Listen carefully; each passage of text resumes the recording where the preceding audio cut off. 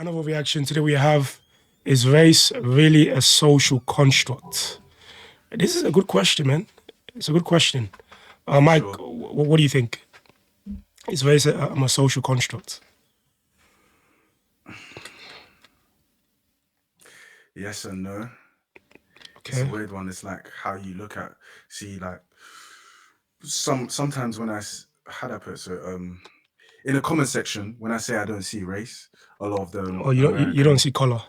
yeah I don't see color. Sorry, a lot of the American people in the comments are frustrated at me, Yeah. but maybe that's just how I was brought up. So everyone, it's all about your upbringing. In my Yeah. opinion, basically, that's just my opinion. But Yeah. yeah. I think what you meant by you don't see color is you see people as human beings rather than Mhm. whether they're black or white. Am I putting words in your mouth Yeah, yeah, that's or it. that's Yeah. the way you say it? Yeah. So, I mean, I don't know what's wrong with that. Because even me as well, like that's the way I see things, innit? I don't look Mm. at someone and think, okay, this person's white, this person's black. Obviously, visually it's there, but like No, as I see, I see it, I but see a white person as basically, another human being, man. You yeah, know? basically what I'm trying to say is like I don't want to judge someone just because they're a race. Yeah, exactly. That's all I meant by it. But I feel like people took it in a different way. Yeah, you gotta give people the benefit of the doubt, innit? They have to Mm, prove to you that they are a certain way, before you make judgments. And for sure. I live my life the same way as well. And regarding whether race is a social construct, I believe so, because biologically speaking, I don't think there's a specific genes that dictates color.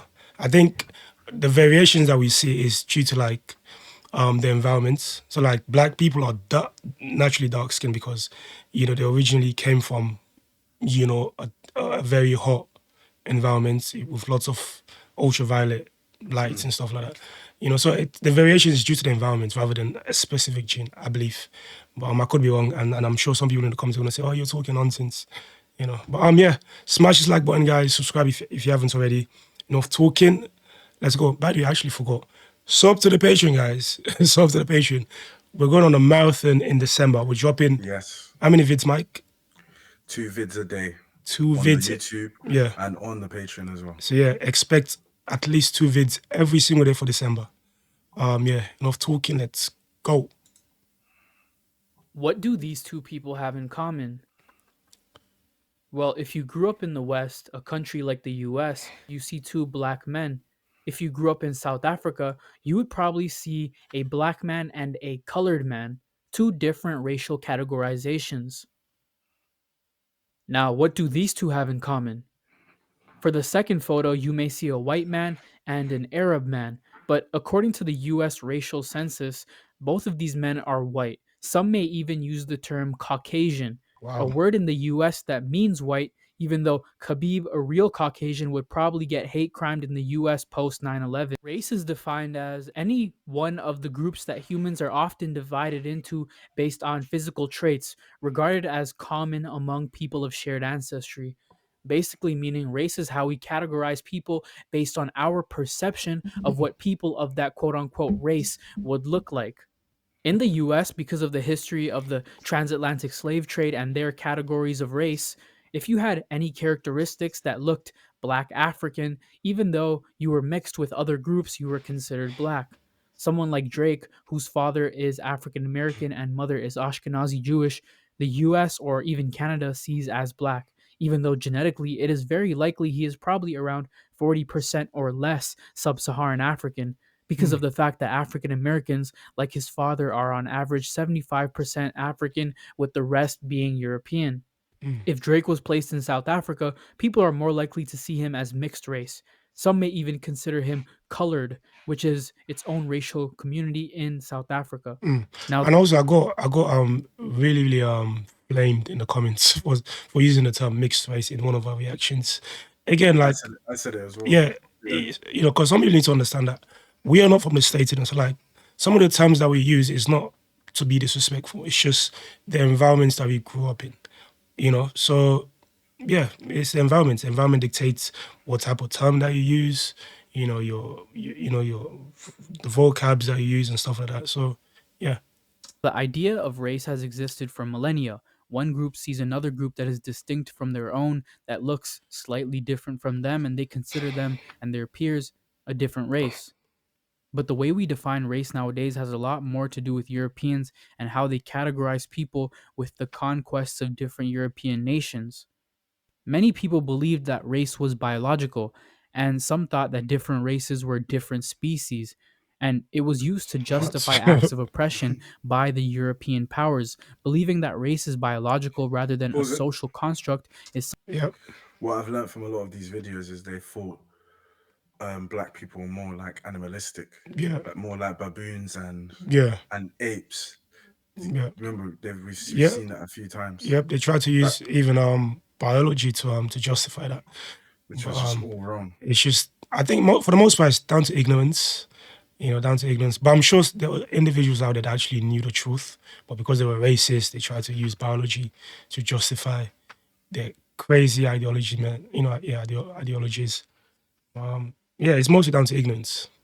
For sure. something that we Yeah. now call scientific racism or race realism, which pretty much says that humans, quote unquote, race was based on their skull shape.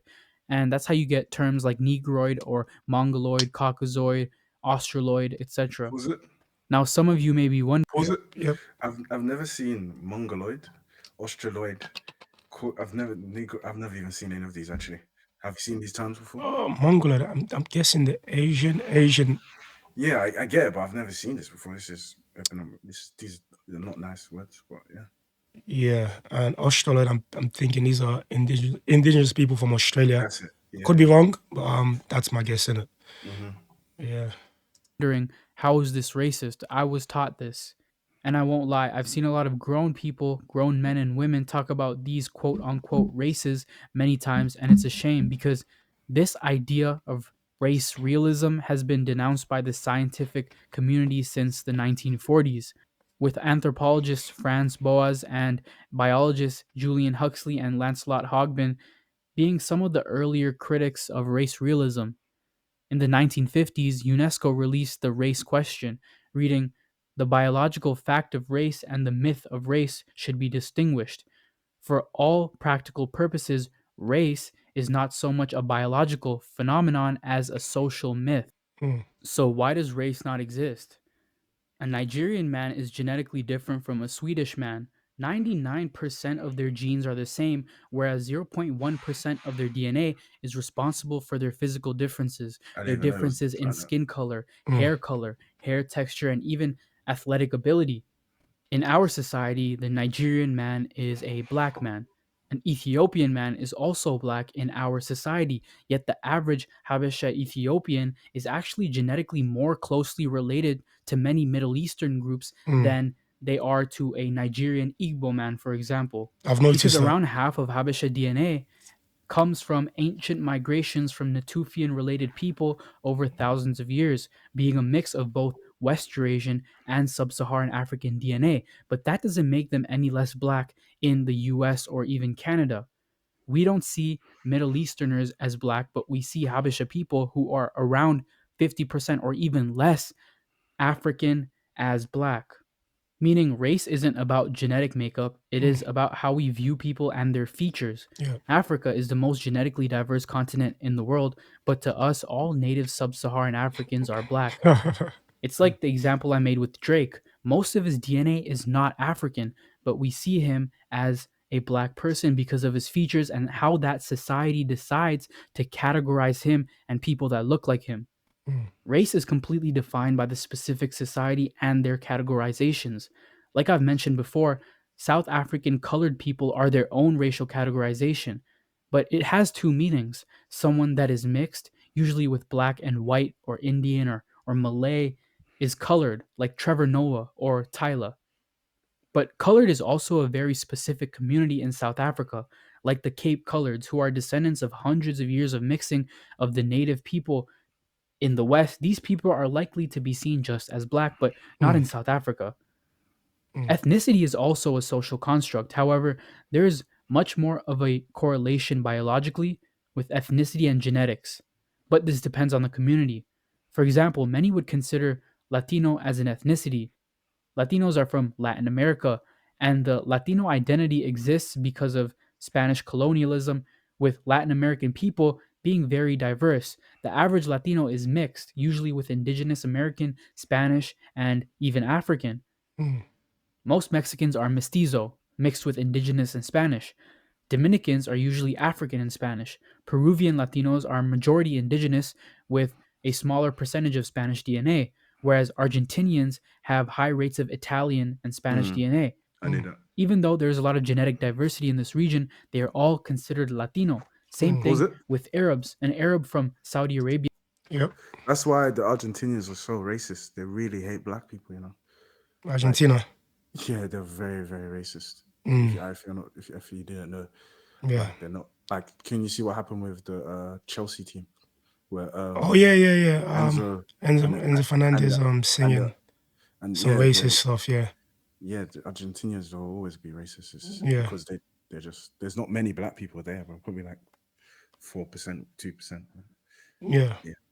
You know, actually, I've heard a lot of South American countries are racist. Mm-hmm. You know. is genetically very different from an Arab from the Levant or an Arab from the Maghreb. A Moroccan person that identifies as Arab will have majority of their DNA from Amazigh populations. Arabs from the Levant, like Lebanon or Palestine, will have majority of their DNA from ancient Levantine populations. Most of these now Arab groups became Arabized with the spread of Islamic dynasties post 7th century.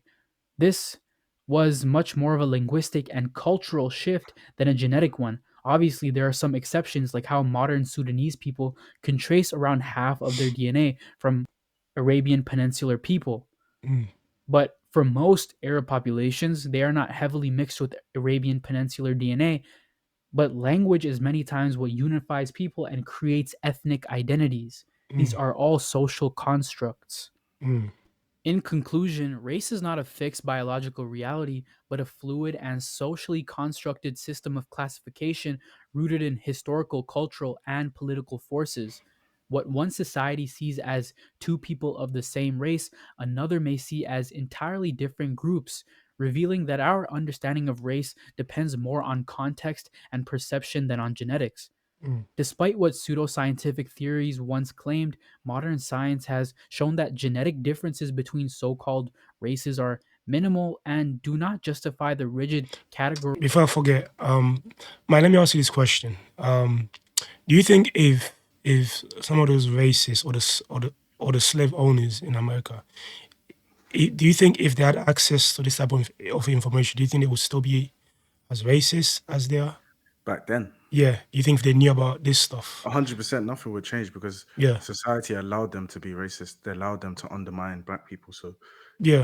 they could be educated as much as they like. They would still hate blacks and still Yeah. behave the same way. They'll even behave even worse, probably. Yeah. They'll be even insulted that you're even pushing that black people are equal to them.